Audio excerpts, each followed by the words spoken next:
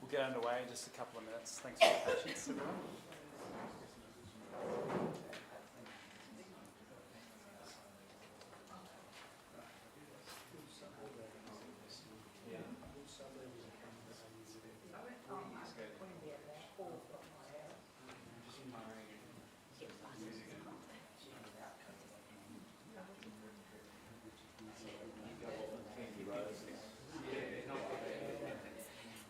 All right.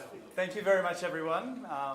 Thank you for welcome, friends and colleagues in the room here at the Australian National University's Crawford School of Public Policy, and also our colleagues and friends joining us online as well. My name's Paul Wyrwoll. I'm a research fellow at the ANU's Institute for Water Futures and the Crawford School of Public Policy. I'm also a member of the Water Justice Hub. I'm standing in today for our colleague Professor Quentin Grafton, who will be joining us online later on during today's session. So today we're going to be introducing you to some of the work that the Water Justice Hub has been doing around drinking water in rural and remote communities in Australia, and also to launch a new project and a new exciting body of work over the next 5 years. In terms of our agenda today, I'll shortly be inviting Dr. Auntie Matilda House to provide a welcome to country, and then I'll pass over to Quentin, who will be joining us online to provide an overview of the project and to introduce the project's strategic advisory group and also data advisory group. And then I'll invite my colleague, Associate Professor, Reverend Canon Glenn Loughrey, to provide a keynote presentation or speech, or speak, whatever you want it to be, Glenn. He was talking about doing some AC/DC covers earlier on, so we might have that to look forward to. And then a panel discussion led by Dr. John Williams, including Professor Poelina, Glenn, Professor Peter Coombes, and my colleague Dr. Manero. So without further ado, I'd like to invite Dr. Auntie Matilda House to Thank you, Paul. share with us. I really appreciate being here today. And what I'm talking about, the Water Justice Hub, I mean, where else on the ANU or any other university or CIT that is up there about the Justice Hub? I'm so very proud to be even part of here today and the time before.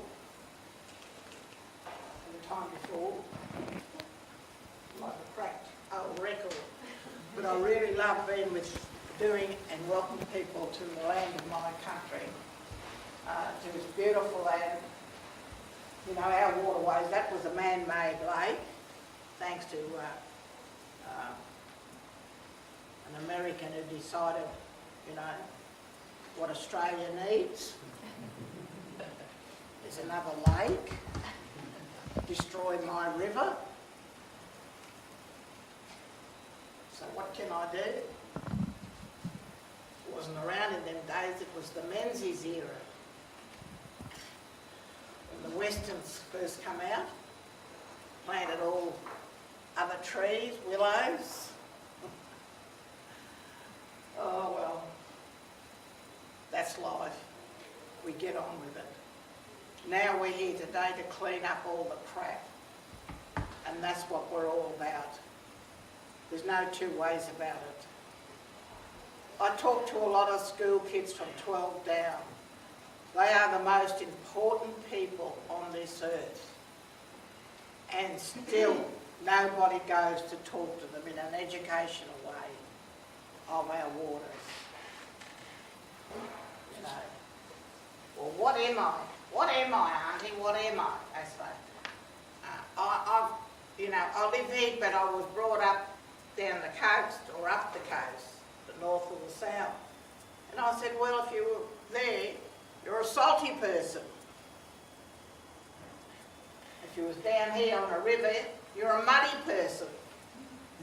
That's how they make the difference.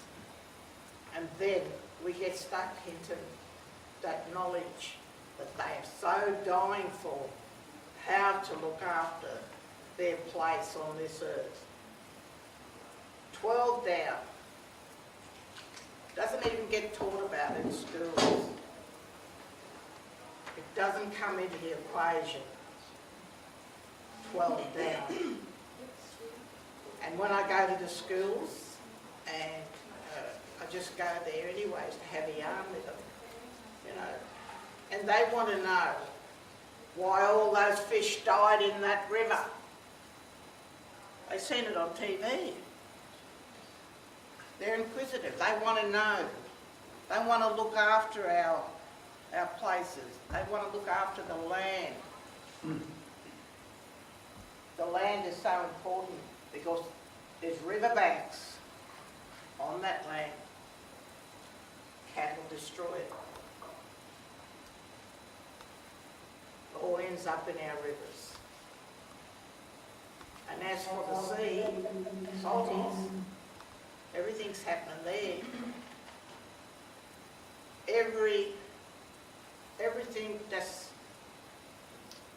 Every ship that goes by, they let go of all their bloody crap. And all the fishermen, when they're finished with the net, they'll cut it off and just let it float away, destroying all our beautiful sea, the beaches. But we're here to do things today to move forward as well, and I hope that happens. Because here on my land, it's not my land, it's the land of my great-great-grandfather, who did his best to look after the convicts when they first come in here. Convicts weren't allowed to live in around here. They were shoofed off out there somewhere. And the first convict to go out there, and my great-great-grandfather, Black Harry's father, who was Onion, looked after those rivers out there. Didn't have names then, but anyways, that convict they looked after, his name was Mr. Cotter. Mr. Cotter has always been part of our family. Would you believe that? A convict and blacks getting together, looking after rivers. So thank you all so very much for listening, putting up with me. If I said anything, I always say without prejudice or with prejudice. Doesn't matter. At the end of the day, you're bored as shit, aren't you? No. Yes, you are. Have a good day. Look after yourselves and your family, and make sure that you're the number one.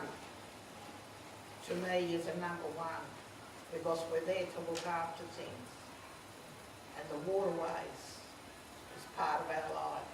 We wouldn't be here today. We'd be dried up old pieces of prunes chucked on the ground if we didn't have water. You know. But have a good one. Look after yourselves. And I hope that we all get what we want when we're all voting in a couple of weeks. Thank you very much. We'll give you flowers.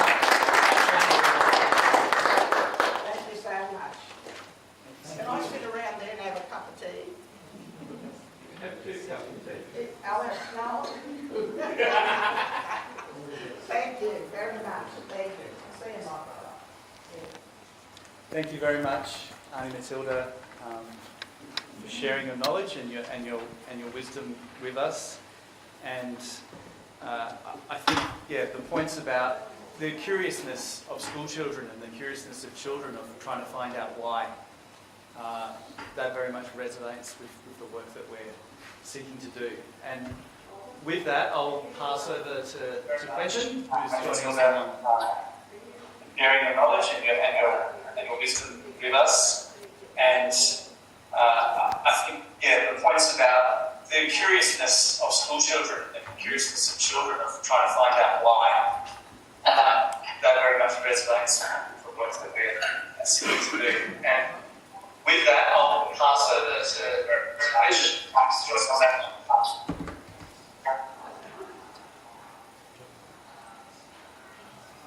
Thanks so much, Paul, and a special thanks to Dr. Matilda House for your wisdom and for your words to us today. We've been honoured at the Water Justice Hub to have you visit and give us welcome to country 3 times, so very much appreciated. And I also want to acknowledge that I am on the non-ceded sovereign land of the Ngambri Ngunnawal people. And I would like now to give you a presentation to launch the event after Welcome to Country by Dr. Matilda House.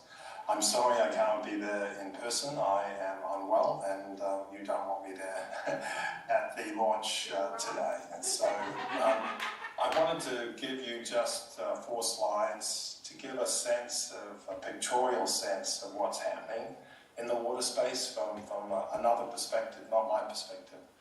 So José Clare is connected to the Water Justice Hub and indeed the Institute for Water Futures at the ANU.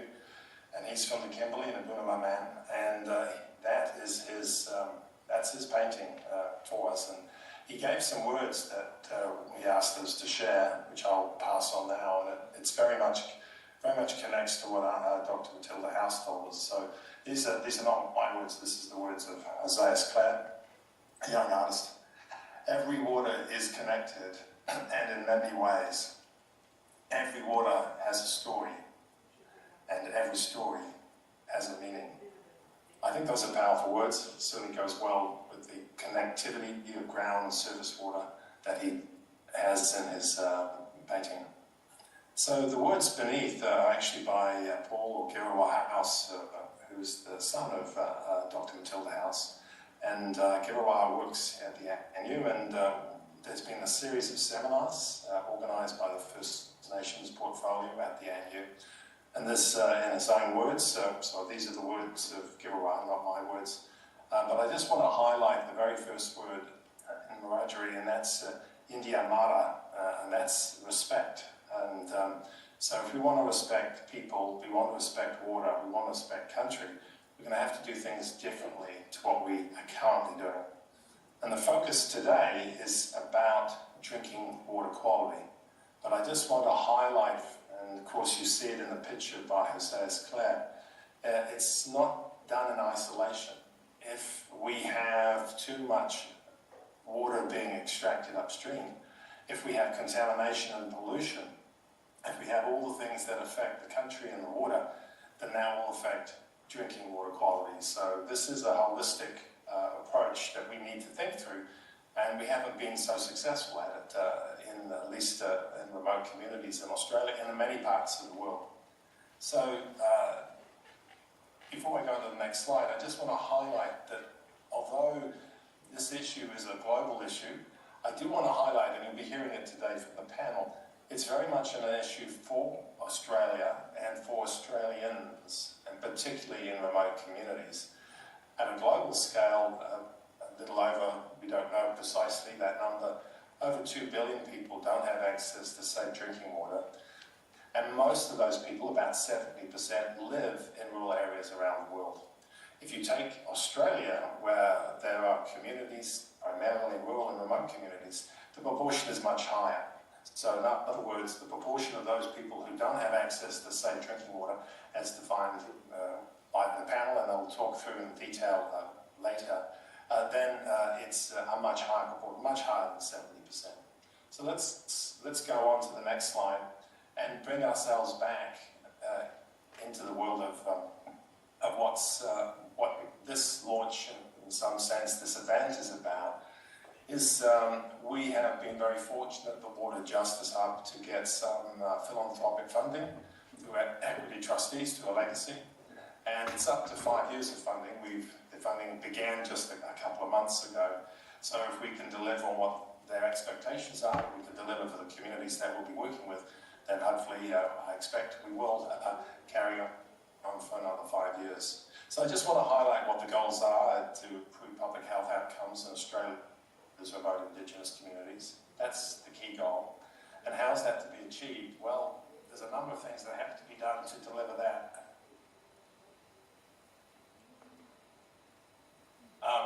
But one of the things that we'll be doing, and indeed we've already begun that thanks to Paul Wyrwoll and the team that he led through the Institute for Water Futures and the Water Justice Hub, is the National Drinking Water Quality Database. That's already begun. And that's going to continue, because why is that important? Because we need to know where those communities are. We need to know what's going on in the drinking water quality. Those communities need to know, and those people who can do something about it need to know, and that's why it's incredibly important. And so ultimately, down the road, we will be working with select communities, and we have a strategic advisory group that will advise us about which communities, and it will be community-led initiatives in terms of responding to or drinking water quality. So that's the project. It's the launch is today, so to speak. There are some very good people who are working in this space, both within the communities and within the Water Justice Hub. And you'll see some of them, but not all of them today. So thank you. Next slide. And so, from the perspective of the Water Justice Hub, what we've done to date, and this is before we received the philanthropic funding, we've been doing this quite separate in that sense. We have other funding to deliver. And you look on the right-hand side, so you've got a map of Australia, and those are 395, those red dots are communities that are not compliant to meeting Australian drinking water guidelines, and we can talk about the details of that.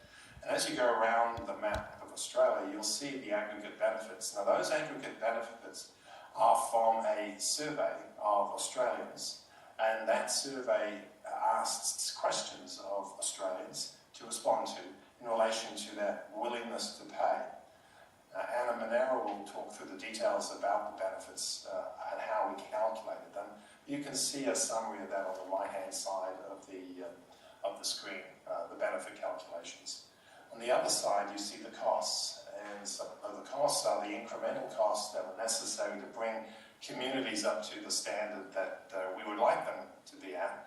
Surprisingly difficult to do this given the availability of data, cost data, but nevertheless we've done, I think, a good attempt to do that, and that work was led by Professor Peter Coombes, and he'll be talking about that in the panel. And then beneath those costs, you'll see enabling conditions. So the enabling conditions just make it clear that this is very much a holistic approach. It can't be just building a reverse osmosis unit. It can't just be a technical fix. That's not going to work in a long-term basis. There's lots of evidence to back that up, not only in Australia, but globally. So we have to be part of the understanding of what that is. So where do we take this? Well, we obviously, in the Water Justice Hub, aren't going to be making the decisions. Those have been made at the utility level, on a state level, on a federal level. And it's communities that are going to be leading what they want for their communities. What we'll be doing is assisting in terms of understanding from the data side and the implications, and also the prioritisation that may be taking place within the state and the federal government. Obviously, you want to prioritise communities that have the worst quality water, not the other way around. So, in a bigger picture, how we respond to the issues around drinking water quality, we really need to have an assessment, which is in a sense what we're doing with the database. What's going on? We also need the issue about reporting to the people, the persons and agencies that could do something about it, including the communities. And then finally, the third part is the management. And that's where communities have to be part of the picture. So it's assessment, reporting, and management. There's three things, but there's a lot of material and understanding about how to deliver that. And we in Australia need to do a much better job than we're doing in remote communities. So this is a paper that I said Anna will give us some details, as will Peter Coombes. So next slide, please. So I'm sure Paul will introduce the individual panel members. I just wanted to highlight they're all connected to the Water Justice Hub. We're very fortunate to have Professor Poelina, a Wyrwoll woman, and she is in particular chair of the Martuwarra Fitzroy River Council. She has many hats, so we're very grateful to have her with us today on the panel. We have the Associate Professor, Reverend Canon Loughrey, and he is connected to the Hub in a number of ways, including on our advisory council. And I've already highlighted Professor Peter Coombes and Dr. Manero. One will talk about costs, one will talk about benefits, and we're very fortunate to have Dr. Wyrwoll, who led the work published last year that got a lot of attention in July of 2022, highlighting the importance of the database to be able to get the actions that will deliver improved drinking water quality in remote and rural communities. Next slide, please. So we're just getting underway. We just got funding. So I just want to highlight there are two advisory groups. These are going to be critically important to the work that we do over the next 5 years. On the right-hand side of the slide, you have the Data Advisory Group, which is chaired by Paul Wyrwoll. And there's a lot of expertise both in the health, GIS, cost, infrastructure, etc., in terms of the Data Advisory Group. And indeed, it met yesterday and met again this morning, so it's already underway. The Strategic Advisory Group has a stellar cast of researchers and practitioners. I'll highlight them, each of them: Sandra Kramer, Jose Douglas, David Doyle, Nina Lansbury, Glenn Loughrey, and Anne Poelina. So no titles there, but you know who these people are. And so they are going to be giving the assistance. Thank you very much, each of them, for the Water Justice Hub to be able to make the difference that we hope to make in working with a community-led approach, which will be looking for that advice. And of course, there's a project team. There's a bunch of us involved in this, so I won't mention all of them because I'll probably not get everybody's name listed, but there's a whole bunch of us in the Water Justice Hub who'll be working in this space. So thank you so much for the opportunity to present, and my apologies again for not being able to be there in person. I'm certainly going to be listening as best as I can when I finish this presentation.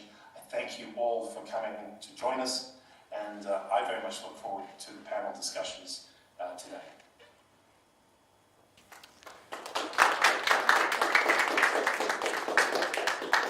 Thank you very much, Quentin, for joining us online and for your efforts to do so. It's much appreciated by everyone. So I'd like now to pass over to Glenn to speak to us.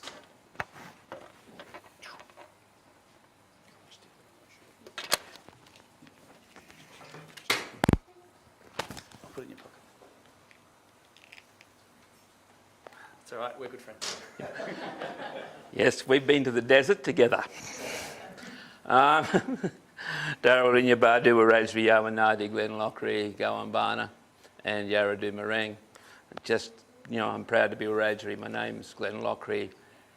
Welcome and good day. And I too would like to acknowledge that we're meeting here on the land of the Ngambri people, who have been the continuing custodians of the land on which we are meeting today, and who are committed and have been committed to make sure that this land is cared for in a sense of the reciprocity that it deserves, sharing and giving to each other. I particularly like to thank Auntie Matilda House for coming, for doing the acknowledgement, for challenging us to think about the importance of water inside not just the scientific models or the pragmatic models or the technical models, but with inside the Indigenous knowledge systems of which we live, and how it is not just a pragmatic or practical element, but it is life. It holds wisdom, it holds knowledge, it holds our traditions, it speaks to our spirit, and our spirit speaks to it. Water is essential for us, and if the water is sick, we are sick. If the water is not running, we will be sick. Society will be sick if we don't care for water. We'll have some slides that I'd just like to quickly take you through. It's a privilege to be here to do this short keynote because I understand very clearly the importance of this project. Many of our communities suffer badly because there is no safe, clean drinking water for them to have. We have children under 12 on dialysis in places because the water is so bad. We need to address these issues. So, slide 1, please. And I talk about this as just a little slide, and it's all stuff that you'd probably see. But down the centre we have the importance of water to us as Aboriginal and Torres Strait Islander people. Lists a whole range of things that comes out of it. It deals with our cultural practices. We know how to manage it. We have done for a long time. Often people don't ask us how that happens. We use it as a way of transferring knowledge. It teaches us. If you sit with it long enough, water teaches us who we are. We are connecting to country. Country isn't just that bit of dirt you're standing on. It's everything that comes together to make the whole.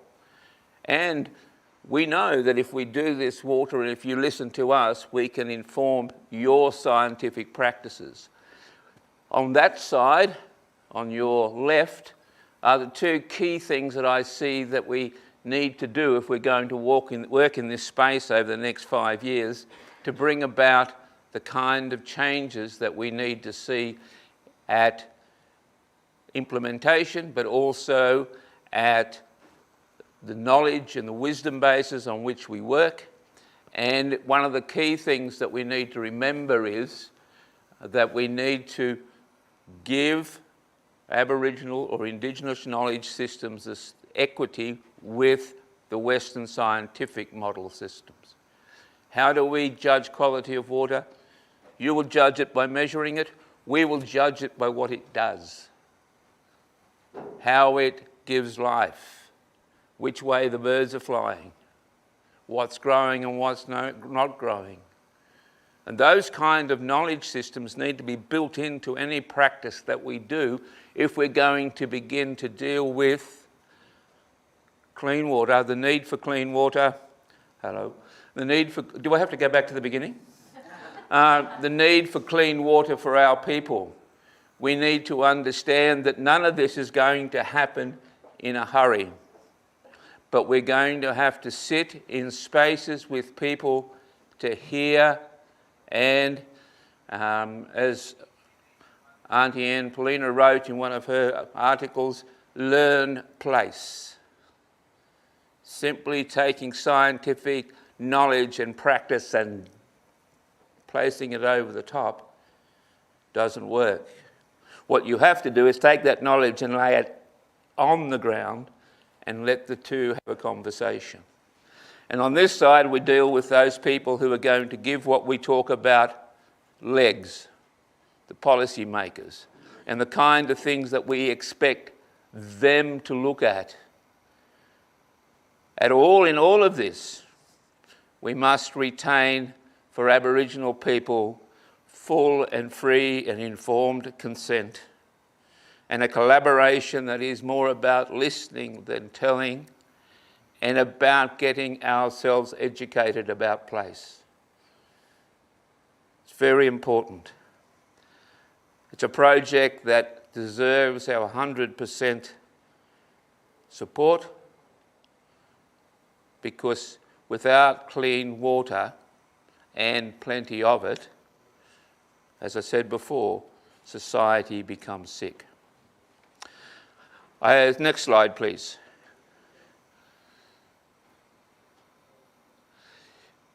Next 3 slides are 3 little poems that I've written about water, which help us to take the journey from the water coming and landing, as this poem talks about the water that drips into a pond, into a place where mothers come and have babies, where those babies get life and go and live and then return to that space at another time.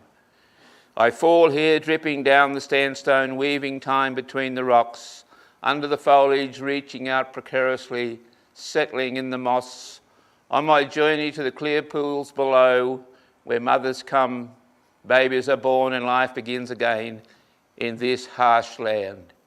I fall here as I have done from the beginning of time, continuing today into the long forever, in the worst drought, devastating bushfire, or raging flood. I drip without ceasing, revealing the possibility of life, hope in the first breath, wonder of birth, gift of blood, Alpha and Omega. That's the importance of water. It is the gift of life. Next, please. This one is about where that water was dripping into the river. And it's written in Wiradjuri language. And if I had Paul here, he's a much better speaker of language than I am. I can write it, but I don't read it very well. But it talks about the river being sacred. The river remembers the beginning long ago. The river gives life to everything. The river creates country, home. The river knows everything. The river does not forget or forgive. Respect the river, and the river will respect you. For us, that is where the water comes down into the river. The river is the channel by which that water is delivered to us with the knowledge and the wisdom that belongs to it. It deserves our respect. And we'll go to the last one. And this is about clean water. Again, in language, but I won't do it in language, but it's about clear, clean water, filling the downhill stream, satisfying the water hole in the rocks, filling a deep water hole. Clear, clean water, respect it all, preserve its wholeness. So there is no water hole without water, no dry country, no water to drink, no place of plenty. Clean water gives life. Clean water gives life. So respect clean water everywhere, making clean water available for all. That may be our motto for the next 5 years. Finally, I would like to make this comment. I've gone over my 5 minutes by about 5 minutes. Culturally appropriate practices of assuring clean drinking water in Aboriginal communities requires collaboration. It requires equity. It requires voice. It requires full and free and informed consent. It does take time. Do not make dust. You cannot make grass grow by pulling it. Adjust project timelines to include the protocols and processes required in true engagement with us. We don't work on your timeline system. Our decision making is not time framed, but process framed. Hear our voices. We always had clean drinking water, BCP, before Cook and Phillip. We do know how to do it. This project will bring the two sciences together, the Indigenous knowledge system and the Western science, and it'll bring about possibility and hope for clean water for all. Thank you.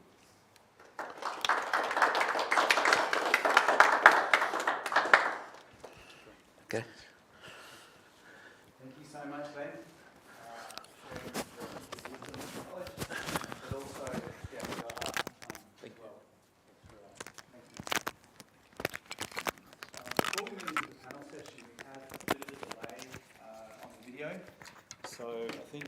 what we might do is I might invite Professor Poelina, who's joining us online, to provide some remarks or comments. And if you're there, you're invited to provide your insights to us now.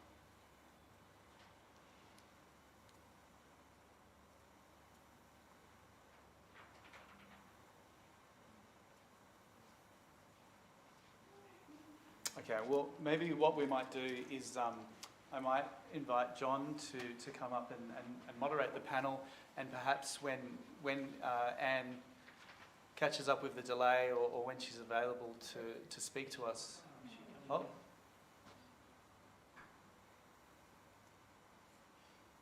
Yeah, on that. There she is. There she is. Hey. Hey. Sound up.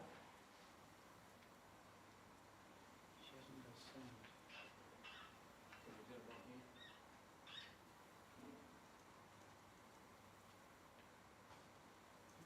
Who's on the system to talk to? Anne, are you able to hear us? You may possibly be on mute. It's the thing that we all say with All the people.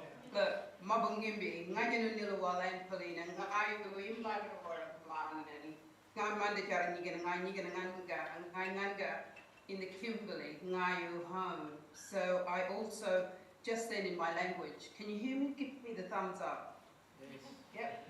All good there? Yeah. Yep.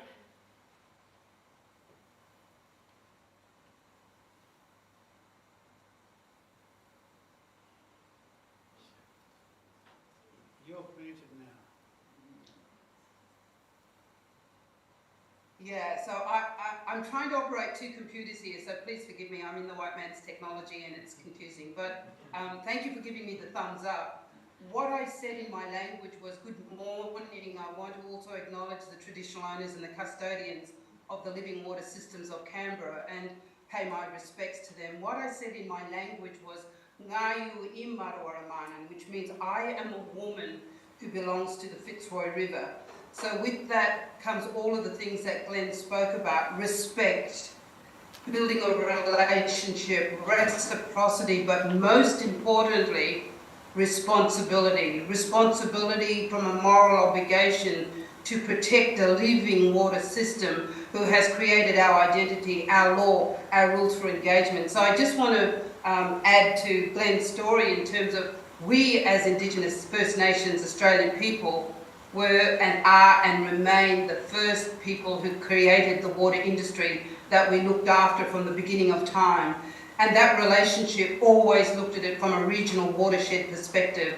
So we have a law called the Wunan Law, which connects all of the nations in the Kimberley to this living water system from a total watershed perspective, because we needed to look after and care for everything and everyone around us within this system, because not only are the connectivity of life from water, because water is life, but to understand that we all have a moral obligation to protect these living water systems.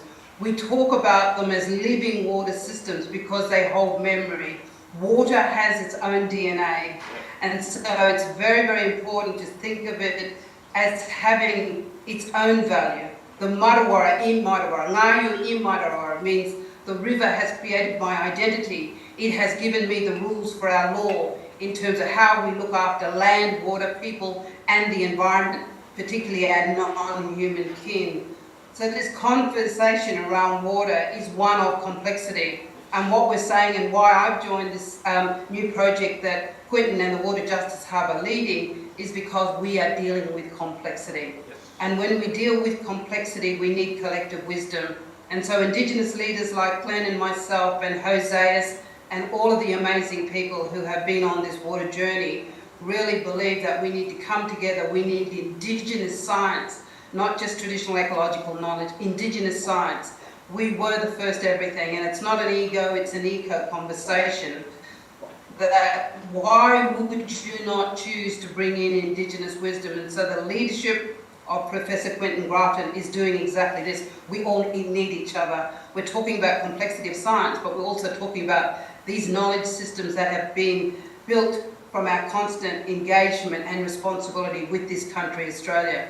So water is complex. One of the things that we have been doing in the Kimberley is that we heard 2 years ago that the big baobab trees in Africa are all imploding because the water table is shifting, and it's highly likely that they will be gone to humanity within a 50-year period.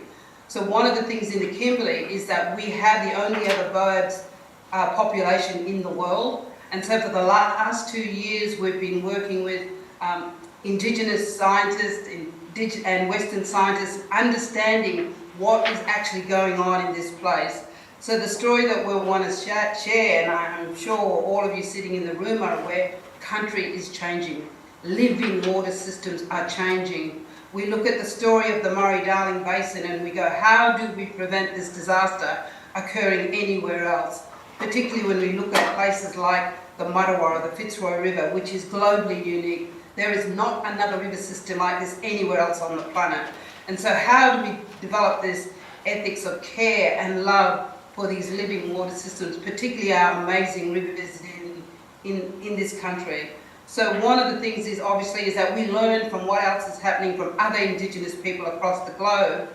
And one of the things we saw was the Wanganui, the Whanganui receiving legal personhood. And I was so excited, and I said to the other elders, do you realise that there's a river in New Zealand that's been granted personhood? And they looked at me as if I was from another planet. And they looked at me and said, in regards to Martuwarra, the river, is not a human being. The river is not a human being. So much of the work that we've been doing is around ancestral personhood, because this is a living system. So what we're saying today is, we are dealing with complexity, and under this opportunity of this investment, we want to be able to look and do a big deep dive into those communities who can share their knowledge with us, who can bring us on the journey with them to reflect their understanding of what is happening on country, and how can we collectively work together to ensure the basic human right of people being able to access clean drinking water to live. Not only is it important for consumption, but many of these communities that have this contaminated water are showering in it, are washing their clothes and everything else, so there's a full contamination. So part of this now gives us the opportunity to, one, find those good models of best practice that are working in remote regions, remote communities, urban settings different to the Kimberleys, but saying how do we work together to share this knowledge, because at the end of the day we need to hold to the perspective that water is life, and without it we don't have any. So it's a great honour to be asked to join the panel. It's a great honour to be able to share with you today from my country, from the river. There is so much happening up here, and one of the things we want to give a plug for is that when we look at leadership of water governance, what we really must be taking into consideration, particularly even for the point of good clean water, is we need to look at this from our old way, which was a whole-scale catchment watershed perspective, look at cumulative impacts of what is happening on country, how is that influencing our ability to have quality drinking water, and share our knowledge, not just here in this country, but globally. So I want to thank Professor Quentin Grafton for his leadership, for being able to secure these funds. It comes at a critical moment in time, and what I say is we cannot have water justice without climate justice, because country and our living water systems are changing. Kalia Marble, thank you for the opportunity, and I'll join you with the panel. Thank you. Thank you very much, Professor and Poelina.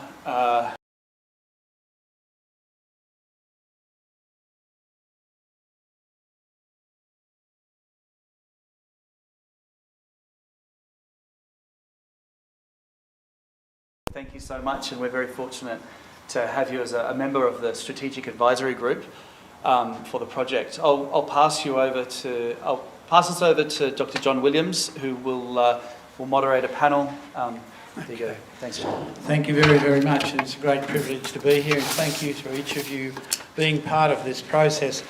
And I hope you can join us back in the section towards the end of the thing when you can comment on the issue. But I'd like to invite up to the front our Associate Professor Glenn Loughrey, if you would join one of the chairs here. Glenn is a Wiradjuri man. He's an artist, a writer, and as you can see, he's also an Anglican minister. His art is inspired by Indigenous perspectives, seeks reconciliation between the dominant and ancient cultures. He's been a finalist in a lot of art prizes, and he has authored 2 books, and we're very grateful for the way Glenn has brought his art and knowledge together to set the framework for what this Water Justice Hub is about. So welcome, Glenn, and thanks for your keynote leadership, which has gone on for quite a long time. And we also know that you've given great leadership in the issue of the forthcoming referendum for yes, and you've contributed enormously in so many ways. So we do thank you. Our other members of the panel is Professor Peter Coombes. Can you come up, Peter? It's really great to have you here. Peter's an honorary professor at this school. He is a systems thinker, a scientist, an engineer, economist, and thank goodness a problem solver and a policy analyst, because you can see when Anne presented the issues, the complexity, in the end of the day we've got to somehow sort out the policy framing and analysis, and he provides alternative perspectives and is a designer of sustainable cities. So it's great to have you part of the process and part of this thing. And our other person, it's great to have Anna Marina, if you can join us at the chair. Anne is a research fellow at our school here in ANU Crawford School of Public Policy. She's working in Western Australia, where she is an adjunct research fellow at the University of Western Australia. And Anna's current research is focused on improving the understanding and valuation of water resources. For resilient decision making and greater water justice. So we do welcome you, Anna, very much, and it's great to have you with us. And the last person on our panel, of course, is our MC, who is filling in for Quentin, but Paul Wyrwoll is a research fellow at the Crawford School and also in the Institute of Water Futures and in this Water Justice Hub. His applied research in environmental economics examines how societies manage water across users, geographies and time. And he's currently working in this hub on the economics of drinking water in regional, and initiated the building of the database to get handle on the fact that Quentin and he had published the work to show that we have some 600 communities across Australia that water doesn't fit inside the standards that the UN would set. So as we've come as a panel, and then at the end we'll come back to Anne if the technology allows us to do that. But what I'll do is the first question, and I'll start with Glenn, if you would. The first and the question to each of you is, can you please tell us why so many residents in remote, and for this point of view for us urban Australians, remote and regional communities in Australia lack access to good drinking water? So I'll start with you, Glenn. Yes, thank you very much, John. It's a simple question, so I'll get a simple answer to it. Oh, hello. I guess the problem with many of our people in the communities in which they live and the places where they are is that they're simply not seen.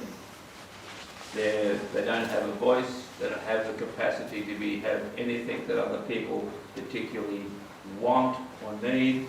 Therefore, they're not seen, and their communities in their isolation lose out on the investment of infrastructure and the engagement from those people who have the capacity to change the situation for them.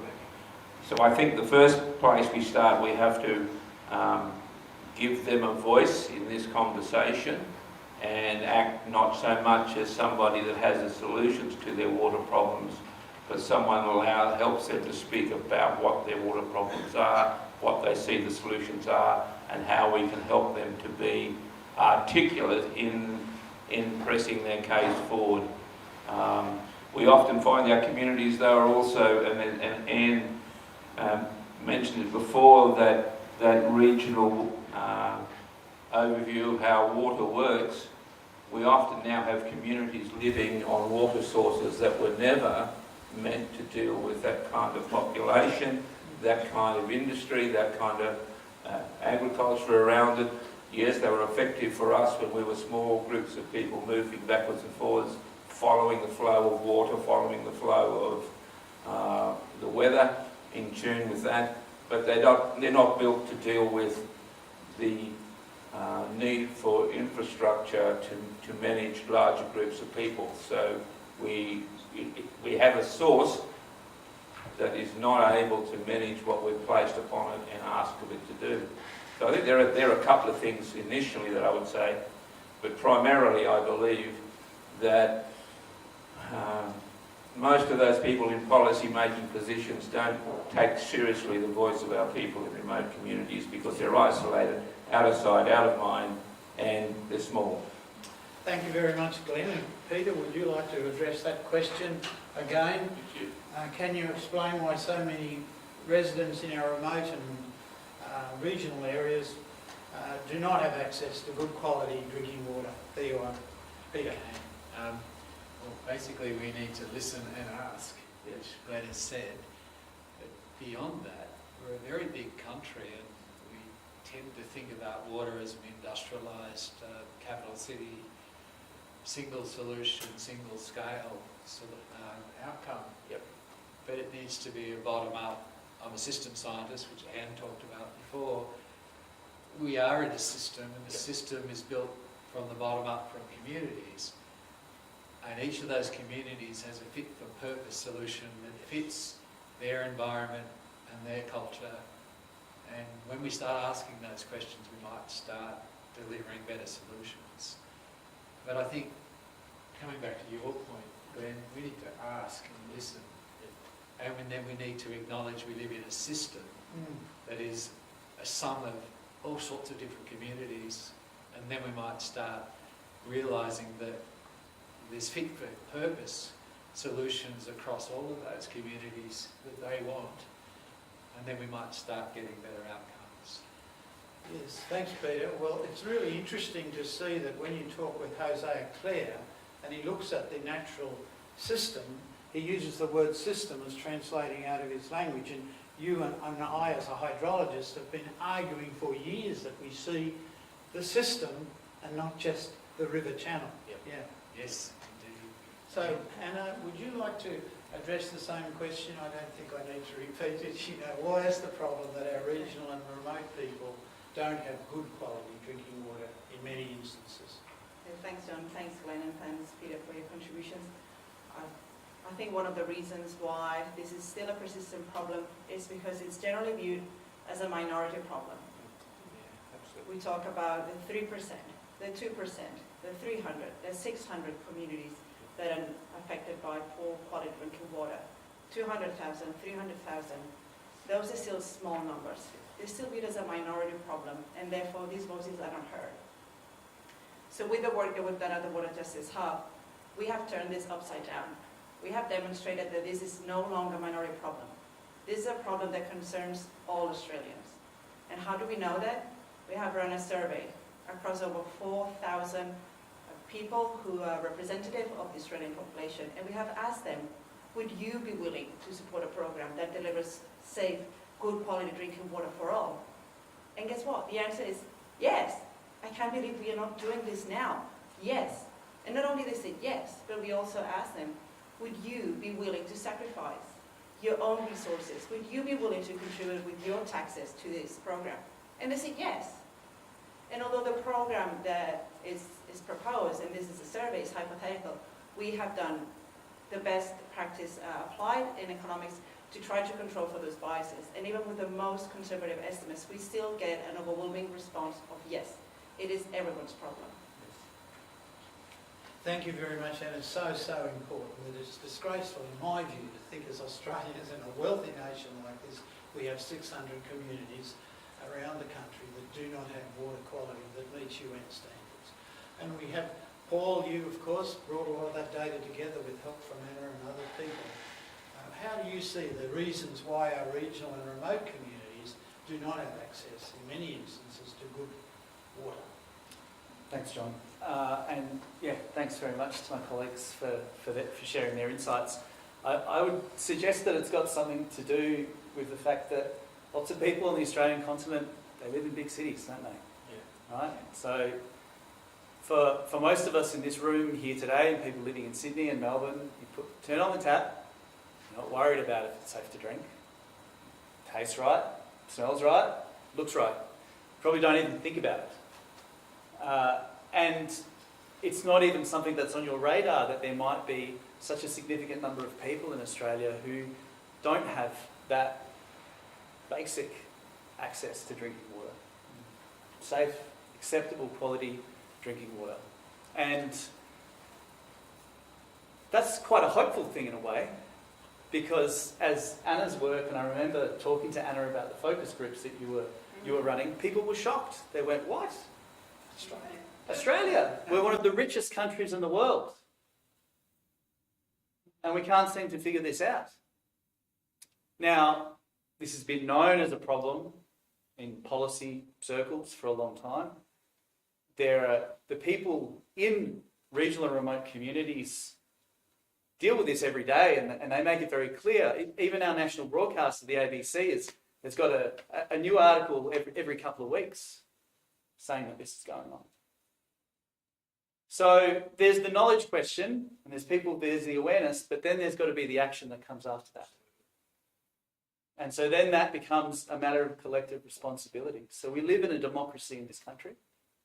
We have governments that have got different priorities, and people have their own household priorities, thinking about paying for the groceries or the rent. But it becomes a matter of what is important to us as a society, and whether that really matters to people to have that level of inequity. Yeah, well, Paul, you set us up well to go to the next question that you might like to start with, if you can. What do you think should be the key priorities of governments, regulators and water service providers to overcome the drinking water problem, gaps in remote and regional communities? So how do we fix this? What are the issues we've got to deal with? Thanks, John. I guess we'll work our way down the route. So to start with, I guess the important priority for government and industry is to have the evidence base. So that work that we published last year, the team, including Anna and Quentin and other colleagues who are part of the Water Justice Hub, what we tried to find out is we tried to answer a pretty simple question. How many people in Australia lack access to safe, good quality water, that's water that tastes right, smells right, and meets the guideline values associated with the Australian Drinking Water Guidelines? And that was a really hard question to answer because the data is fragmented across different states and territories. It's not brought together in a consolidated way. So it's great that we have a situation now where the federal government is investing money in capital infrastructure, but we still don't have at an Australia-wide scale an understanding of what the problems are, where they are, and there are also a lot of people who don't even know what's coming out of their tap.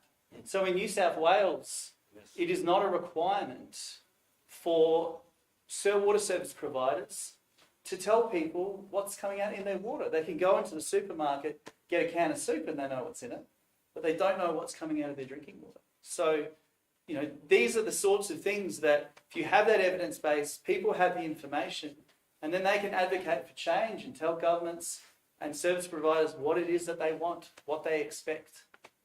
That's a good start. Before we go, I just want to warn, and when we've gone through this down to after Glenn, I wonder if you might add to this what needs to be done by governments in priority work, regulators and water suppliers, because that's what's our way forward, what are the big issues. So you might answer that when we come to the end in a moment. I'd appreciate that. Okay, Anne. Thanks. So I think one of the key pathways that we have to contribute to solving this problem forward is having greater education. And most of the people in Australia don't know this is a problem, as Paul said. So the people that we surveyed and they said yes, it's because we provided information on the issue. But as Paul said, when we were running the focus groups, we showed these maps and we explained the problem. People were falling off their chairs They just couldn't believe this was an issue. So I understand that it's difficult for government to set priorities and thinking, hoping that these policies are set for the greater societal good. We want to deliver programs that benefit everyone, but we need to understand that this is a collective problem. It's a problem for you. People who have that with quality drinking water, they need to be aware of the problem. And yes, it will be embarrassing for us as a country to make this information public, say, yes, we are one of the richest countries in the world and we have a problem.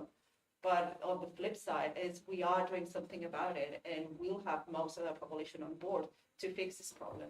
So I think events like this and a lot of other initiatives that I want to discuss are critically important in sharing the research, sharing the evidence, and speaking truth to let people know that this is a problem, but we are doing great work to fix it, and there is a pathway forward to make sure that everyone has safe, clean drinking water.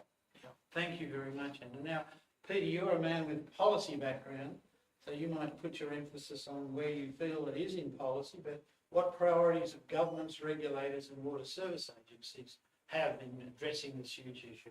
Yeah, thank you, John, and thank you, colleagues. Anna said truth, and regulation's in the question as well. We've got a problem with regulation because one side of regulation is saying everything's okay, entity X or Y is doing a great job, the KPIs are met. But the other side of regulation is meant to tell us what else we need to do to have a fair and equitable society.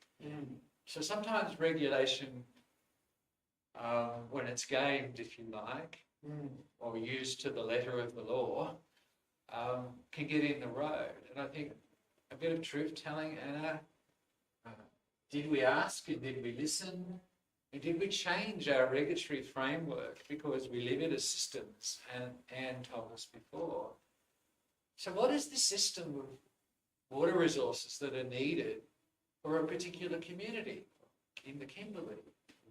Somewhere near Alice Springs, they're different. So regulation is also, for simplicity, one size fits all. And some regulators would be upset with me for saying this, but I challenge you to read it.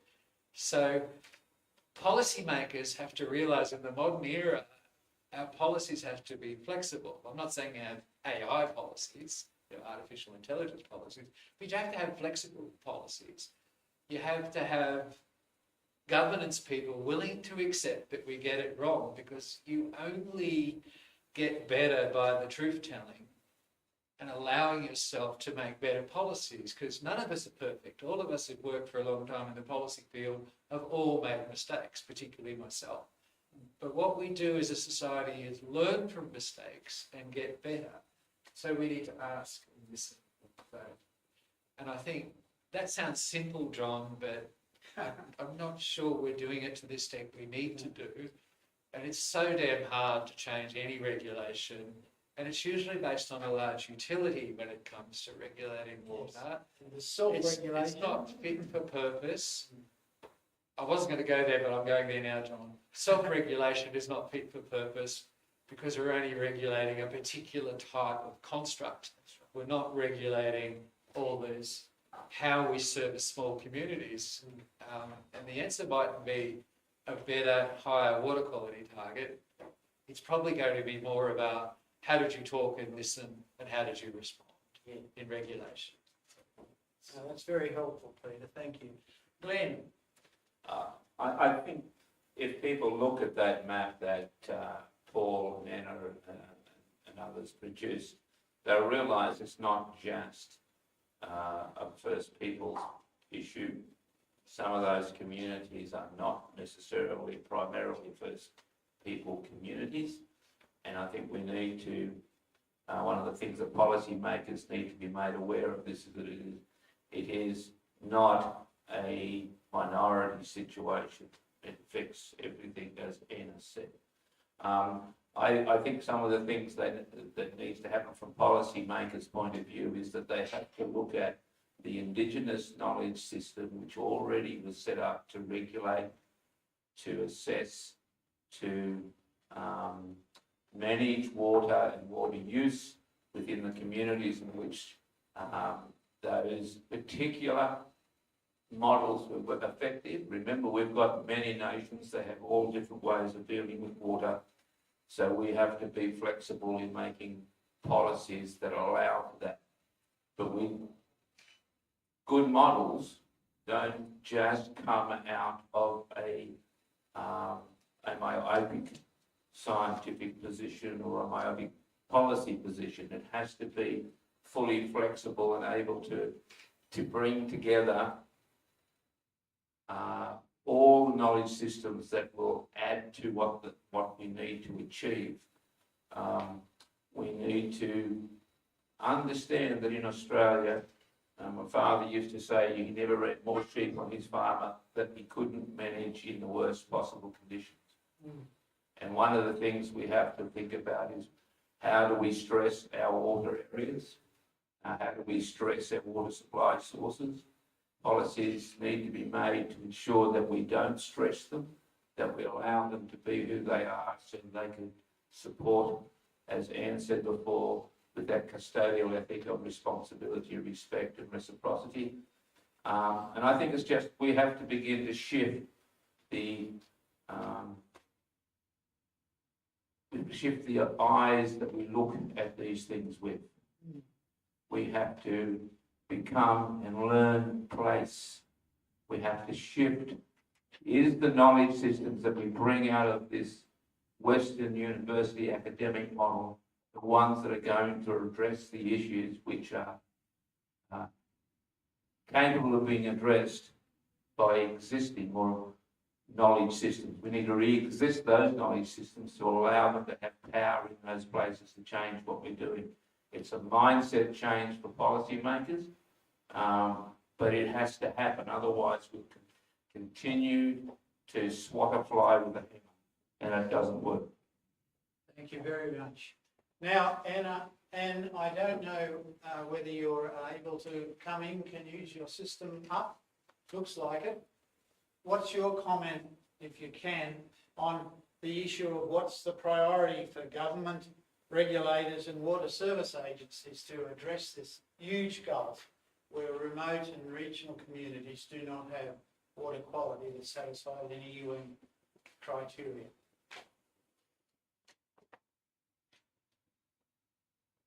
Okay, can you hear? Okay. Yeah, thank you. Over to The you. panel, it's interesting, isn't it? Like even just the 4, 5 of us, we're dealing with complexity, and each of us are coming in from this collective viewpoint in terms of how do we have equity around water for not just Indigenous people, but for everyone. This question you pose is a question that is coming from the community. How come they don't have clean drinking water in 2023 when we live in a nation that's described as a First Nations country, a first in the world in terms of sustainability and all of the things that we think of. So one of the things that I look at is what we're talking about is the clash of values. How are Indigenous people valued, not just in terms of their knowledge, but what they can bring in terms of finding these planetary solutions that keep all of us hopeful that we can have a climate change.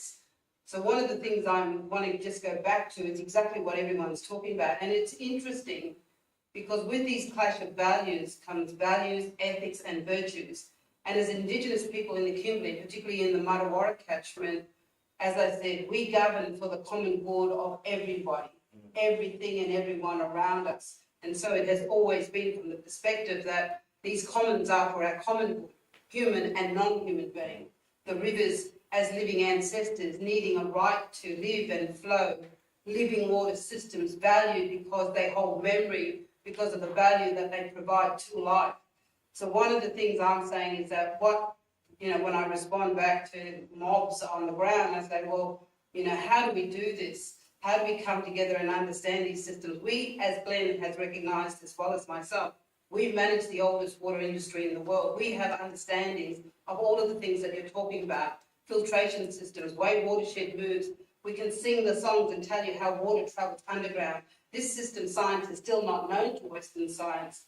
So what I'm saying and what I believe is that, today we're talking about good drinking water, but this is just one microscopic picture in terms of how we create and reach our full potential as human beings, having access to clean drinking water. So we must go wider. We must have that bird's eye view of looking down collectively at these watersheds And the thing that really puzzles me is that the nature reserve systems around bioregions, around watersheds, in this nation, we have 89 watersheds already mapped out. There just has not been the investment to look at this from a cumulative impact perspective. So what we're saying is that even within the Western system, there is a policy there that nobody is hooking onto until 2030. So I want to really re-emphasise that everything is place-based, that policy does need to adapt and be flexible and be able to look at, hey, what's working here and not working there? How do we come in? One of the big things that's happening at the moment in Western Australia is that we have investment from places like Watercorp and the West Australian government to go around to different communities and start to replace the old water infrastructure. And then part of that story will be that Aboriginal people will need to pay to drink their water. Now, it's very, very difficult for me to stand on a community on one side of the road that will start to have to pay for its water, and on the other side of the road we have a pastoralist who, because he has capital and can put it in his own infrastructure, does not need to pay for water.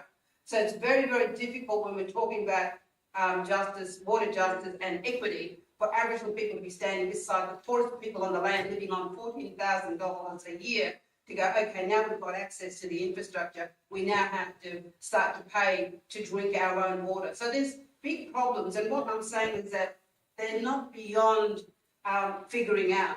One of the things in the Coombes when catchment management was in vogue is that we had a system called the FitzCam, the Fitzroy Catchment Committee, and it was an amazing way to bring people together from diverse backgrounds. Sitting at the opposite side of me was a pastoralist who had been shooting at one of our elders to get off his property, which was at elder's land. And what it did was it brought people together to build trust. When you build trust, you can be open to diversity. You can be thinking about how do we fit and work together, human to human. How do we bring our knowledge systems in so that we can do this? So there have been models that have worked in this country. Catchment management was very much one of those critical investments that brought people together so that we had diversity in thinking, not just in thinking, but in terms of our solutions. So what I'm saying is that this is a great opportunity to start to look at not only what's not working, but what is working and how can we replicate that on the consideration that everything is place-based and that we need to be looking at bottom-up governance in terms of communities working very closely with us to show how this was going. Way back, and I know people some people may say that the Aboriginal and Torres Strait Parliament Commission didn't work. It did work. We just had a couple of people that weren't very ethical that imploded this system. But what that did was it had investment to build the capacity of Aboriginal community members to manage their own essential services. Because all of you are right, we have to go back to the individual in terms of what is our relationship, what is our responsibility, how do we work together collectively in a lucky country such as Australia, where everyone, particularly Indigenous people, living in the most remotest areas, need to have a fair go.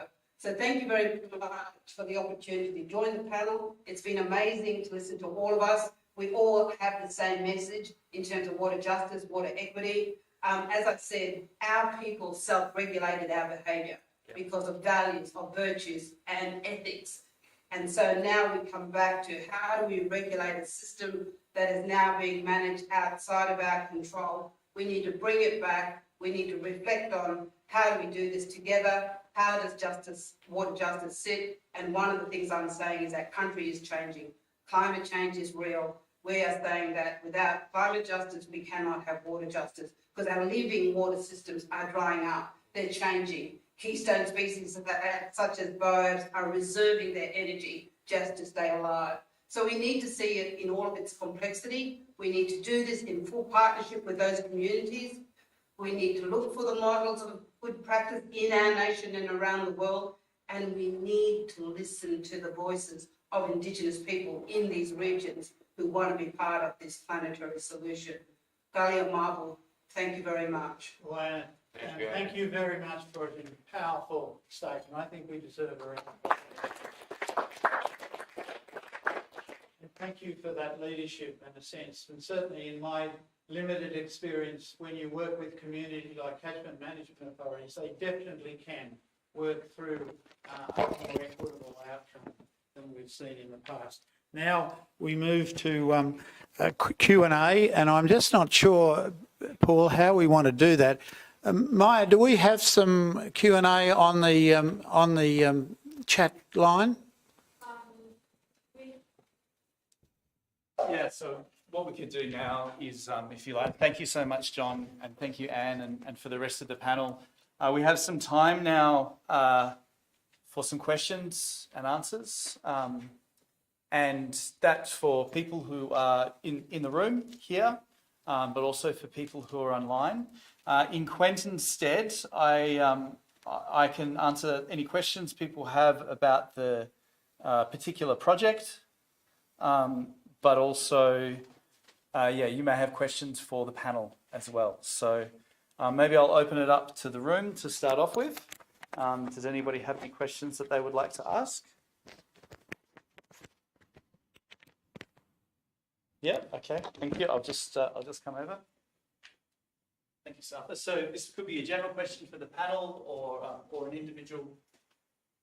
I think it's a maybe question for all. It's also for the project that in efforts to try and collect data for water quality, how is that being defined in different communities? Is there a way of having conversation with what people think are problems around water, or is there a predefined way of collecting specific ideas around or specific metrics that are existing on water quality? That's a really good question.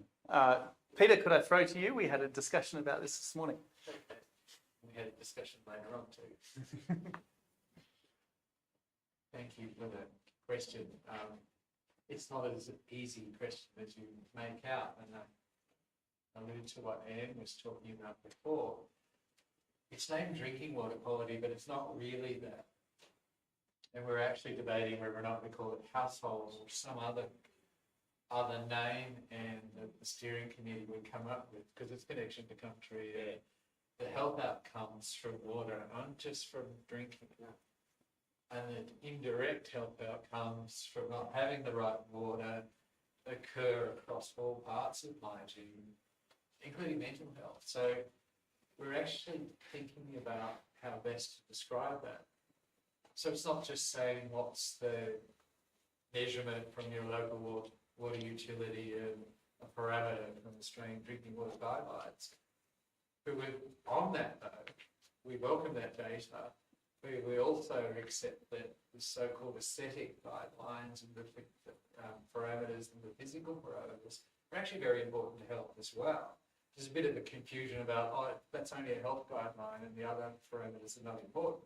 But if you ask a nurse practitioner about some of the so-called non-health parameters, they're important, very important to health, say on dialysis or something like that. So we're more broadly, sorry Paul, we are more broadly defining the water quality issue, and I think the student committee had a conversation about whether to call it drinking or something different. I wasn't at that meeting. Sorry. But yeah, I think it's, I think we often have organisations such as where we are here today, and we narrow down our definition of what data we need to get, what information we need to get. And I was involved in on the board of another organisation who's in pathology, and who said, well, no, we're not going to have a position on the voice because it's not a health question. And I had to go back and explain that a no in the voice will be a health issue, because it means we don't have a voice on matters that relate to health. So even though it may not seem like a pathology issue, it is an issue about health. And the same here, and I think we need to be looking at, the numbers of people on dialysis, and why do the number of people who are suffering from skin issues which could be tracked back to water. All those other things that need to come out of the outside of it, not just straight out of normal data collection processes, so that we begin to understand that it's a health issue in so many different ways. And we really don't understand the impact of poor drinking water, poor water in cooking, poor water in showering, cleaning of teeth, has on mental issues. How does it affect the rest of our operation? We don't understand that. And I would suggest that it has a major impact, but we don't understand it. So we need to be asking all these other questions as well to get the data.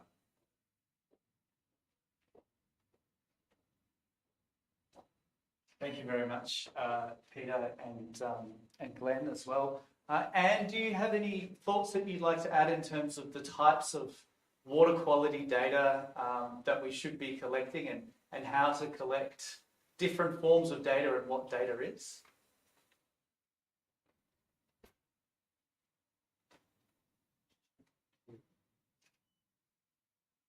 Can I add just another thing while Ian's working that out? One of the other data that we need to have a look at is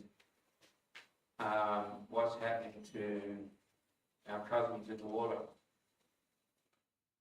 Fish, birds. Yeah, we can get quite complex with our language. Basically, what we're talking about is, when we're talking about data, we're talking about information, we're talking about Indigenous knowledges. Yeah. When we're talking about Indigenous knowledges, we're talking about story. Yeah.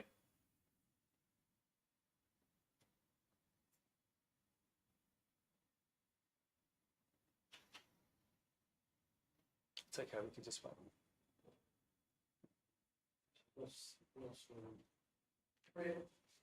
That information, we're talking about Indigenous knowledges. Yeah, look, apologies for, can you hear me? Give me a thumbs up in the room at the front, because I can see you. Give me a thumbs up so I know we're connected. Yeah. Okay, so what I'm just saying is I'm just agreeing with all of us that we're dealing with complexity. We've got, when we're talking about data, we need to be collecting stories from Indigenous people. How have we managed the system? What is the connectivity between these living systems? Where do they go? I think one of the big issues that is happening in the Kimberley region, or proposed to happen, is that we need to understand cumulative impacts. I'm really fixated on this, because that way we get to understand the total system in its entirety. Because what happens, as the elders say, what happens upstream will impact on us downstream. So we need to be able to show these stories, use the beautiful work of Badger Bates and Glenn and Hosea all through our documentation and telling stories a different way. I just want to give you a really little short anecdote. Sorry to take up your time, but I think this creates the meaning in terms of what I'm talking about. One of our elders, she said that when they first came in from the desert, they were standing at the riverbank and they couldn't work out, the flood was very turbulent, and they were trying to work out how could they drink. This is going back nearly 100 years ago. How could they have something to drink? They were very, very thirsty. They looked up on the bank and there was a big red kangaroo there watching them. And what he saw, he looked down and he started to mimic what the people needed to do. So the kangaroo came down, he could see the people waiting, they must have been thirsty. He was showing them that you need to scratch the ground to let the water come through. And then he went up to the top of the bank and guess what he got? Some ash. He brought the ash back, put it in the little pool, waited for the ash to set, and he looked at the people. He put his paw down, he lifted the paw up and he drank the water. We, as human beings, Indigenous people particularly, cannot exist without our non-human family. We must care for them, we must love them, we must learn from them. So what I'm saying is that as part of the data collection, we need to embed the stories of community or country and tell these stories a different way. Part of what I'm seeing as one of the greatest challenges is, sorry to say this, but I think we are, to some extent, testosterone out on science. We need a different way to tell the story, to bring the people with us. We need to all be part of the storytelling, so we add value to each other's meaning, and we see we need a total reset, particularly in terms of water and climate justice. and we need Indigenous people from bottom up at the front line, guiding us with their stories, with Western science, and dealing with this complexity. Thank you very much. Sorry my presentation's been a little bit disjointed. I'm trying to work off 2 computers, but I hear the story. We want to be part of this new story. We want to be grateful for what we have, but there are good things happening as well as bad, and we... Thank you so much, Anne, for sharing that with us. And in terms of the data that we're starting with, so we're building off previous work that's been referred to earlier on today, where we gathered together all of the publicly available data on drinking water quality as measured by the numbers against the Australian Drinking Water Guidelines as much as we could in the previous piece of work. So our starting point is to build from that again, but looking back over a large number of years. But that's not enough. So as Anne and Glenn and others have pointed to today, that there are other types of data. So the task for us is then to take some of that conventional type of data that regulators and utilities have used for a long period of time in terms of, you know, what is the quality of water and what the targets should be, but then add to that the real life experience of what water quality is. And to do that at a community scale, and to be able to combine those different forms of knowledge and different types of experience. Please, Ilya. Hi. Thank you. It was very enjoyable to listen to everyone. And my question is around the fully flexible policy around water quality and water management.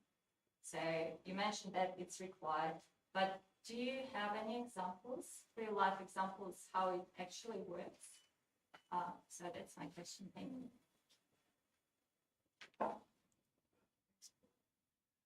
Thank you for your question. I'm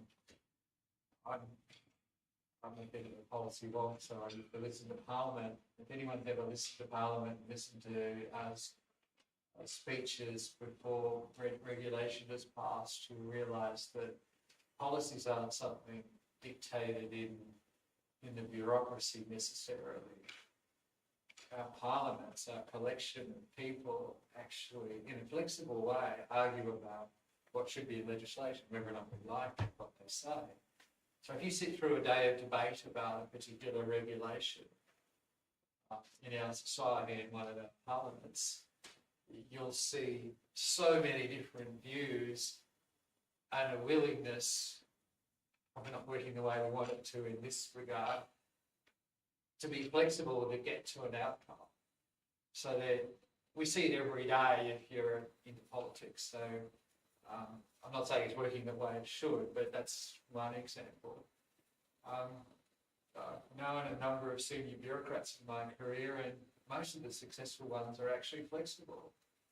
And they surround themselves by people with different opinions, and they're willing to even interpret existing legislation differently to solve the problems they have to solve in the everyday business of running their departments and so on. So this goes on every day, but it's in plain sight. There's a bit of confusion there where people think regulation is fixed in stone and can only be interpreted in a particular way. And, you know, sorry, there's a whole hierarchy of legislation, regulation, ordinances with different weights and different ability to be flexible. So our whole democracy is set up on flexibility, but it's not delivered or administered in a flexible manner that was originally intended. So I think in a way there is a framework there to get to what our Indigenous colleagues are actually saying anyway, of building in that ability to actually listen to the important things and adapt. Sorry, I'm saying too much.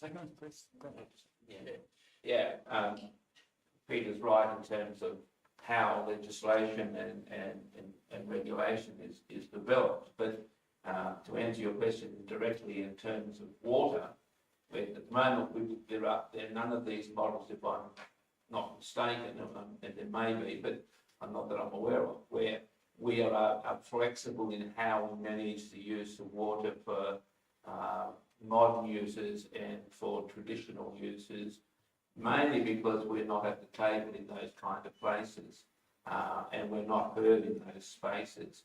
And I think one of the targets should be for this particular project is to work with people like Anne and others who are on the ground inside communities, and I know that just listening to Anne today, there are models that are available for us to use in that space.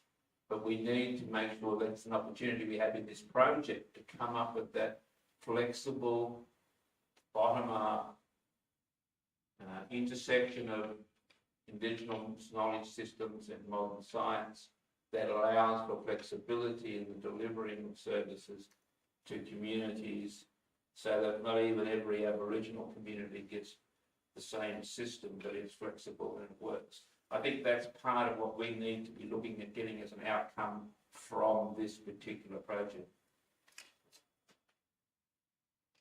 So thank you very much, everyone. We're at time, unfortunately. And a special thank you to Professor Anne Poelina for joining us online and your contributions. I'm very sorry about the technology, but yeah, thank you so much for persisting with us. Thank you also to Quentin Grafton for joining us as well. And thank you to everyone online and in person.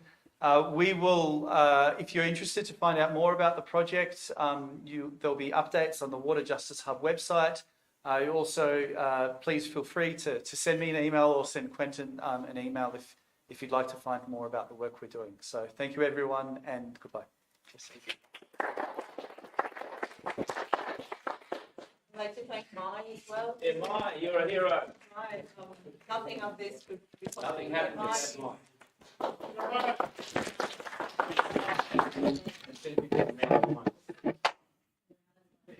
Thanks. We have to have a photo. We'll have a photo.